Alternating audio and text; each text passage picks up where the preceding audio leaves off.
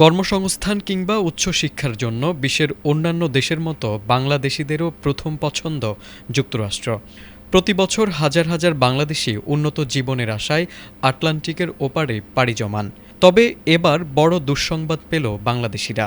করদাতাদের অর্থে পরিচালিত সরকারি সহায়তা বা ওয়েলফেয়ার গ্রহণের হার অস্বাভাবিক বেশি হওয়ার অজুহাতে বাংলাদেশসহ বিশ্বের মোট ৭৫টি দেশের নাগরিকদের জন্য অভিবাসী বা ইমিগ্রান্ট ভিসা দেওয়ার প্রক্রিয়া স্থগিত করেছে মার্কিন যুক্তরাষ্ট্র।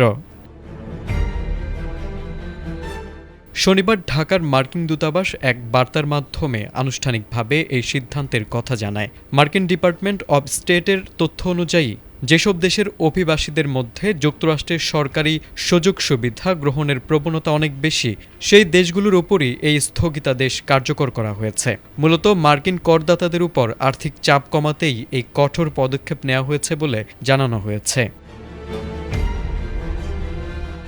এই সিদ্ধান্তের নেপথ্যে কাজ করেছে চলতি বছরের ৪ জানুয়ারি মার্কিন প্রেসিডেন্ট ডোনাল্ড ট্রাম্পের প্রকাশিত একটি তালিকা।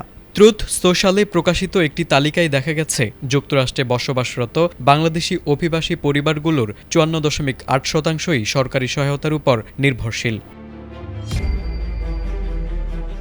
১২০টি দেশের এই তালিকায় বাংলাদেশের অবস্থান ১৯তম। ভুটান, আফগানিস্তান, পাকিস্তান ও নেপালের নাম এই স্থগিতাদেশের তালিকায় অন্তর্ভুক্ত রয়েছে।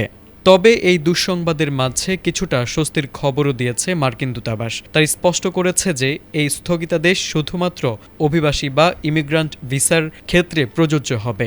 ভিজিট ভিসা, স্টুডেন্ট ভিসা কিংবা ব্যবসায়িক ভিসার মতো অনভিবাসী বা নন ইমিগ্রান্ট ভিসার উপর এই সিদ্ধান্তের কোনো প্রভাব পড়বে না।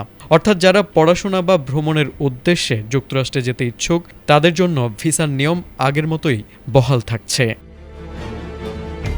Desk report, ATN Bangla.